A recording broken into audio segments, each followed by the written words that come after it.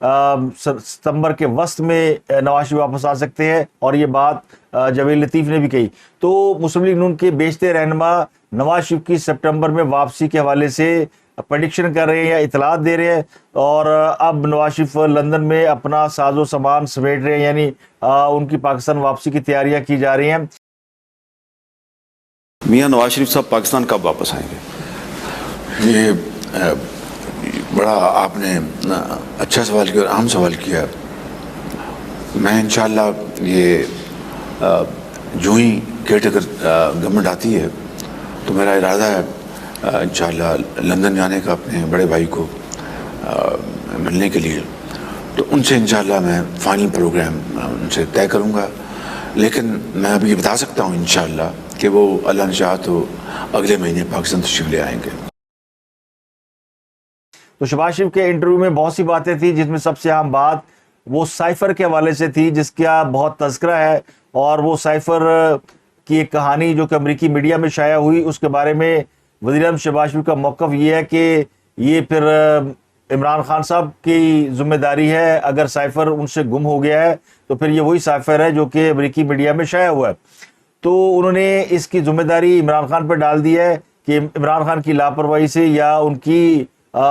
جانب سے دانستہ طور پہ کوئی ایسا مواد جو ہے وہ امریکی میڈیا کو فراہم کیا گیا ہے جس سے سائفر کا نام دیا جا رہا ہے۔ تو بنیادی طور پر انہوں نے سائفر کی ذمہ داری عمران خان صاحب پر ڈالی ہے، اور انہوں نے انٹرویو میں بڑی اہم باتیں کی ہیں، اور ان باتوں میں انہوں نے اس بات سے قطعی انکار کیا ہے کہ عمران خان کو اڈیالہ جیل کی بجائے اٹک جیل بھیجنے میں ان کا کوئی ہاتھ تھا۔ تو ان کا یہ انٹرویو بڑا زبردست انٹرویو جو حامد ویر نے کیا ہے، کچھ امپورٹنٹ باتیں اگر آپ دیکھیں گے تو آپ کو سننے دیکھنے کو ملیں گی۔ تو میں نے کچھ امپورٹنٹ پوائنٹ تو آپ کو بتا دیے کہ وہ کیا ہے۔ ایک اور بڑی پریس کانفرنس کی بات گشت ہے، اور وہ بات گشت ہے سیکرٹری خارجہ اسد مجید کی پریس کانفرنس کی، وہ بھی سائفر کے حوالے سے ہے، کیونکہ اسد مجید سائفر کا سب سے اہم وٹنس ہے، اور یہ وہ ہے جو کہ اس وقت امریکہ میں سفیر تھے، جن سے امریکہ کے انڈر سیکرٹری برائے ایشین امور ڈیوڈ لو نے گفتگو کی تھی، اور انہوں نے ہی اس گفتگو کو یہ سمجھا کہ یہ پاکستان کو ایک سخت زبان استعمال کی گئی ہے پاکستان کے حوالے سے، اور وہ سائفر انہوں نے پاکستان میں اپنی وزارت خارجہ میں بھیجا، جہاں یہ سائفر عمران خان صاحب تک پہنچا، اور عمران خان صاحب نے اسے ڈی کوڈ کر کے بعد میں پبلک میٹنگز کے اندر اس کی کچھ نکات پڑھ کر سنائے، اور یہ ظاہر کیا کہ امریکہ نے اس حوالے سے دھمکی دی ہے کہ ان کی حکومت کو گرایا جائے۔ حالانکہ عمران خان کی حکومت جن ایام میں گئی اس سے کچھ 2-3 مہینے پہلے اپوزیشن تحریک عدم اعتماد کی تیاری کر چکی تھی، اور یہ بات درست ہے کہ امریکہ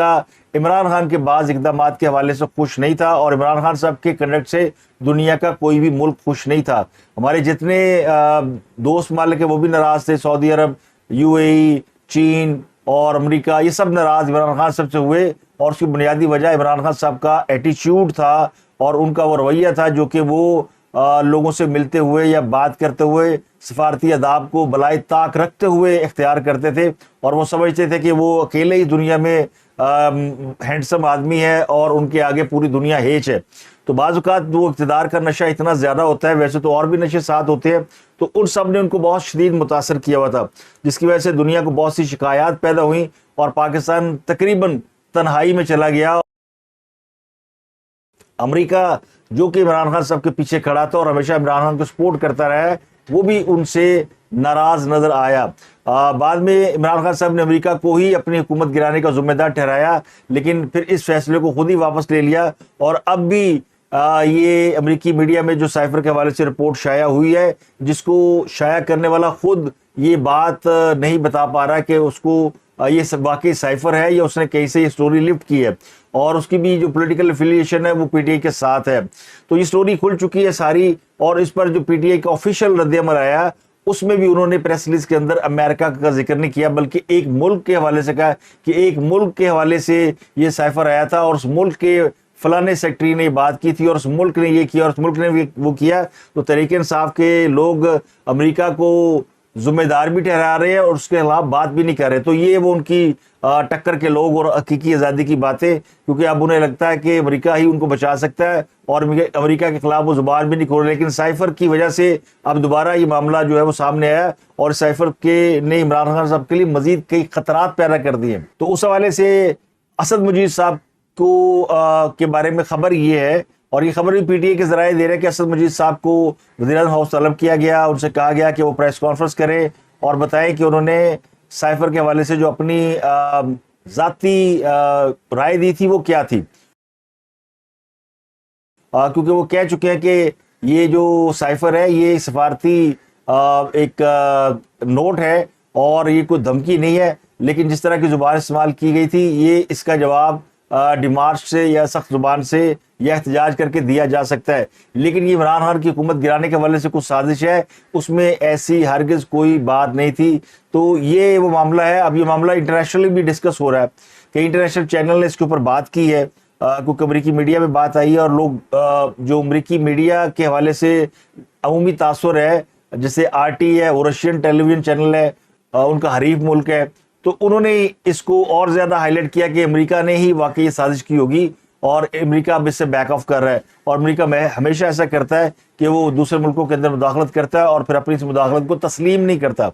تو اس معاملے میں عمران خان صاحب کو رشیا کی سپورٹ جو ہے میڈیا کے اندر کسی حد تک حاصل ہو گئی ہے. لیکن تو اسد مجید صاحب اب اس پہ پریس کانفرنس کرتے ہیں کہ نہیں کرتے, یہ پی ٹی آئی کے جو عمران خان کے سابق چیف آف سٹاف افسر ہے نا شہباز گل صاحب, وہ کہہ رہے ہیں کہ جناب ان کو کہا جا رہا ہے کہ آپ ایک پریس کانفرنس کریں, لیکن وہ انکاری ہے, وہ ڈٹ گئے.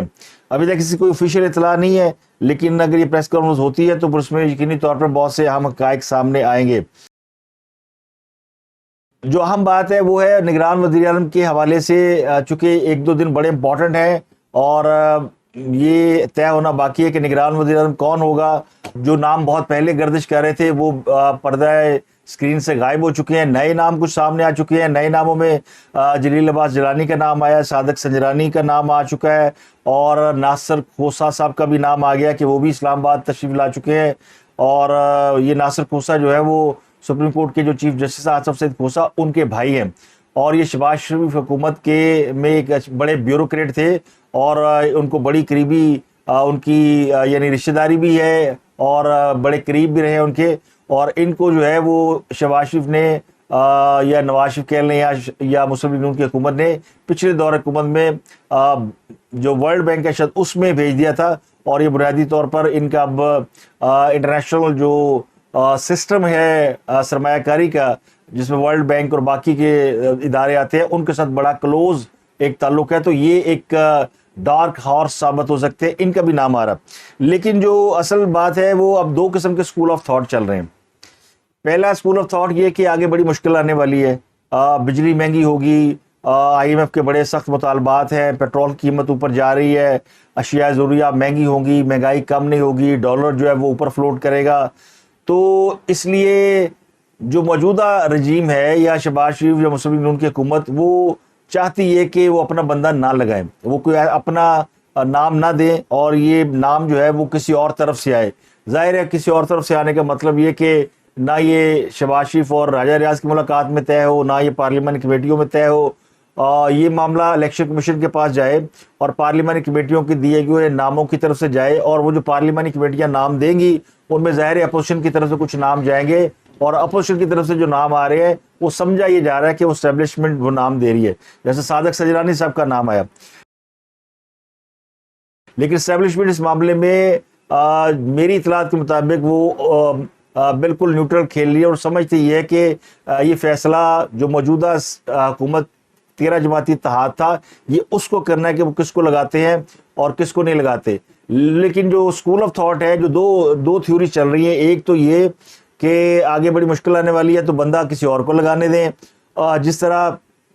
ہمارے اوپر عمران خان کا گند ڈالا گیا اور ہمیں گندا کیا گیا یا ہم گندے ہو گئے تو کسی اور کو ہونے دیں.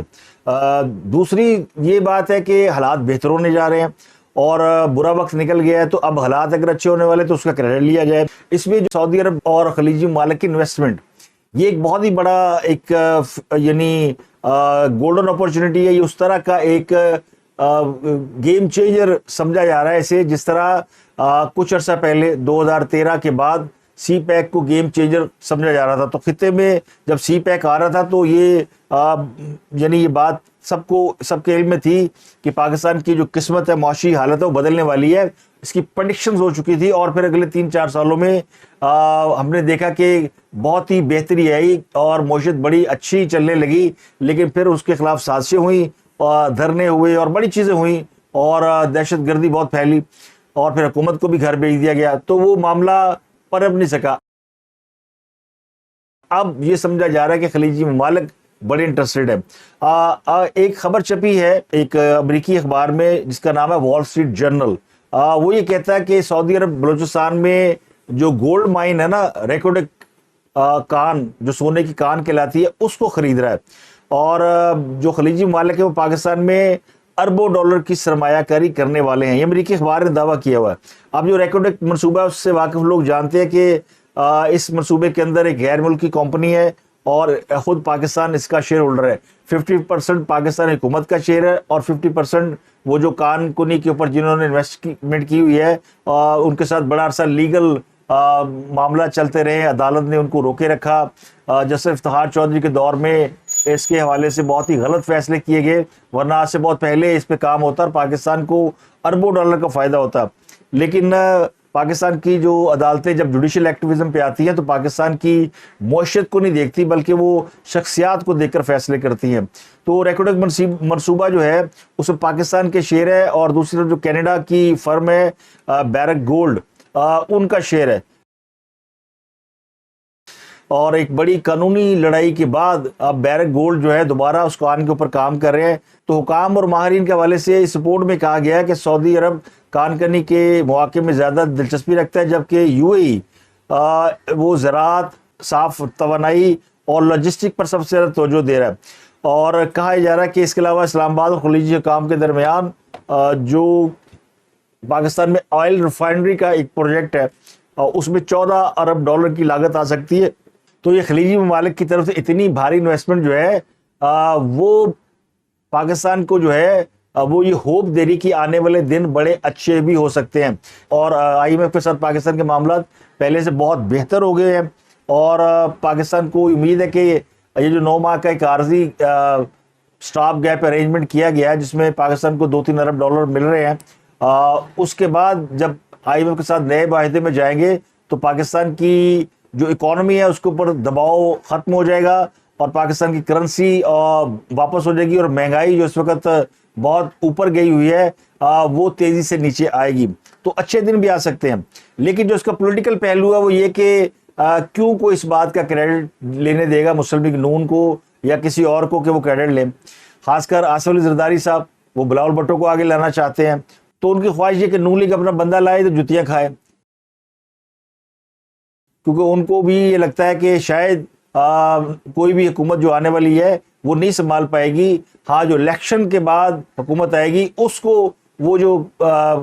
ملے گا حلوہ، وہ جو یہ سب تیار ہو رہا ہے وہ اگلی حکومت کو ملے گا. اور یہ بات درست بھی ہے کہ یہ سارے جو کچھ آنے والا ہے یہ کہ 8-9 مہینے میں نہیں آنا، اس کے بعد آنا ہے. لیکن اس کو کنٹینیو کرنا اور اس پروسیس کو کمپلیٹ کرنا یہ ہے 8-9 مہینے کا کام جس کے لیے کہا جا رہا ہے کہ جو نگران حکومت ہے وہ اتنے عرصے کے لیے رہ سکتی ہے. تو اگر کوئی ایسی حکومت آئی اور وہ ناکام ہو گئی تو پھر ظاہر ہے بلاول کا راستہ کلیئر ہو جائے گا. تو زرداری صاحب کو وزارت عظمیٰ بالکل سامنے نظر آ رہی ہے، بلکہ آنکھوں کے سامنے ناچتی نظر آ رہی ہے. اب 16 ماہ کا گند آپ دیکھ لیں، 16 ماہ میں نون لیگ کے اوپر سارا پڑا ہے، کسی اور کو اس کا شیئر نہیں ملا. کوئی یہ نہیں کہتا کہ پیپل پارٹی کی وجہ سے مہنگائی ہوئی ہے. مہنگائی تو شہباز شریف کی وجہ سے ہوئی ہے. شہباز شریف کون ہے؟ مسلم لیگ نون کا صدر ہے اور مسلم لیگ نون کا سربراہ ہے اور ان کو چاچو کہتے ہیں پیار سے لوگ. تو چاچو کو یہ کہا جا رہا ہے اندر سے بھی کہ ہور چپو، آپ کا شوق تھا کہ وزیر اعظم بننا، وہ آپ بن گئے. اب اسٹیبلشمنٹ عمران خان کو لانا چاہتی تھی، لے آئی. درینہ خواہش تھی ان کی عمران خان کو لانے کے لیے، پتہ نہیں کب سے تیاریاں کی جا رہی تھی، کتنے D G I S I اس پہ لگے، کتنے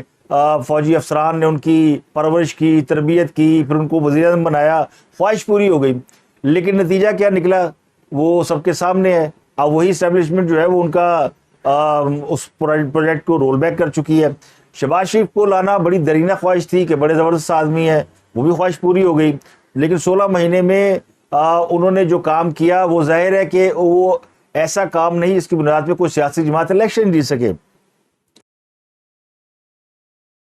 تو ان کو اور چانس ملنا چاہیے, ان کو اور موقع ملنا چاہیے. 16 مہینے میں کوئی آدمی پروو نہیں کر سکتا, لیکن جتنے کام انہوں نے کیے ہیں وہ یہ بتاتے ہیں کہ وہ یہ کام اور کر سکتے ہیں. تو عمران خان سے وہ بہتر چوائس ثابت ہوئے ہیں. لیکن اگر وہ آگے پرائم منسٹر نہیں بنتے, جیسے وہ کہہ رہے ہیں کہ میرے بھائی صاحب آئیں گے, یعنی نواز شریف آئیں گے اور وہ چوتھی بار وزیر اعظم بنیں گے, پھر وہ ان کو لائے گا کون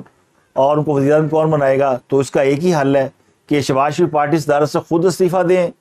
نگران بن کر 2 سال اور ملک چلائیں, پھر بھائی جان بھی آ جائیں گے, یا پھر اسحاق ڈار سنبھالے. تو ابھی چونکہ عمران خان کی کہانی بھی پوری طرح ختم نہیں ہوئی, تو عمران خان صاحب تو انہی کا شکار ہے نا جنہوں نے عمران خان کو شکار کرنا سکھایا تھا. تو آج کل وہ خود شکار بنے ہوئے ہیں. تو یہ ہے اصل صورتحال کہ اب نگران وزیر اعظم کے لیے یہ جو اتنا خفیہ معاملہ رکھا جا رہا ہے, اس سے یہ اندازہ لگایا جا سکتا ہے, یہ کیا سرائی کی جا سکتی ہے. میری کوئی معلومات نہیں ہے کہ شہباز شریف صاحب استعفیٰ دے کے واقعی بن جائیں گے. میں سجیسٹ کر سکتا ہوں کہ اگر آپ نے کسی کو بنانا ہی ہے, یعنی اگر کوئی سمجھتا ہے نا کہ نیوٹرل بندہ لا کر الیکشن کرائے جائیں اور پھر یہ کہا جائے دیکھیں جی ہم نے تو نیوٹرل بندہ لا کر الیکشن کرائے, بڑا فیئر الیکشن ہوا, تو الیکشن کو ایک سینٹیٹی مل جائے, تو وہ نہیں ملنی. کیونکہ جو بڑی پارٹی کا ایک چیئرمین ہے وہ جیل کے اندر ہے, اس کا پتہ نہیں کیا انجام ہونا ہے. اس کے بغیر یعنی مائنس عمران یہ الیکشن ہو تو اس کی ویسے کوئی ویلیو نہیں ہے. اس پہ تنقید ہونی ہے, چاہے آپ کچھ کر لیں, چاہے عمران خان صاحب کو پھانسی چڑھا دیں, لیکن تنقید بند نہیں ہو سکتی. یہ تو رہے گا نا کہ ایک ان کا ووٹ بینک تھا, وہ ایکس پرائم منسٹر تھے اور ان کی جماعت جیت رہی تھی, ضمنی الیکشن بھی جیت گئی, تو یہ ساری باتیں تو رہے گی اپنی جگہ پہ. تو پھر اگر ان کے مائنس عمران خان بھی الیکشن کو اگر وہ نہیں ملنی, عزت نہیں ملنی اور اس کو شفافیت کا اعزاز نہیں ملنا, تو پھر اپنا بندہ لا کے الیکشن کرا لو. کہتے ہیں نا اگر چھتری کھاڑے رہتے پھر بندے بدا لو, وہ سنا ہوا نا آپ نے. تو یہ ایک تجویز ہے, یہ ایک تجزیہ ہے میرے اس حوالے سے. میرا گمان یہ ہے کہ ابھی ایک آدھ دن اور رہے گا, اور میرا اگر شہباز شریف خود نہیں بن رہے نگران وزیر اعظم تو وہ چاہیں گے کہ اور 2-4 دن اس عہدے پر رہے تاکہ کچھ اور 2-4 کام نپٹا لیں, باوجود اس کے کہ الیکشن کمیشن نے انہیں خط لکھ دیا کہ آپ کو ٹرانسفر پوسٹنگ نہیں کر سکتے. تو اب وہ صرف ڈاکخانہ ہی رہ گئے ہیں, کیونکہ اب وہ ٹرانسفر پوسٹنگ تو کر نہیں سکیں گے. تو پھر انہوں نے وزیر اعظم بن کے یا وزیر اعظم رہ کے کیا کرنا ہے. لیکن اقتدار جو ہے وہ اتنا یعنی خوش کن لمحہ ہوتا ہے کہ اگر آپ کو آخری مرتے دم تک بھی کوئی آفر کر دے کہ جناب آپ چند منٹ کے لیے اقتدار سنگھاسن پر بیٹھ جائیں, تو آپ موت کے فرشتے کو بھی غچہ دے کر کوشش کریں گے کہ اقتدار کے سنگھاسن پر بیٹھ کر اس کا لطف لے سکے. تو آج کے لیے اتنا ہی, آپ سے ملاقات ہوتی اگلے ولاگ میں. اپنا گرد و نواح کے لوگوں کا بہت خیال رکھیے.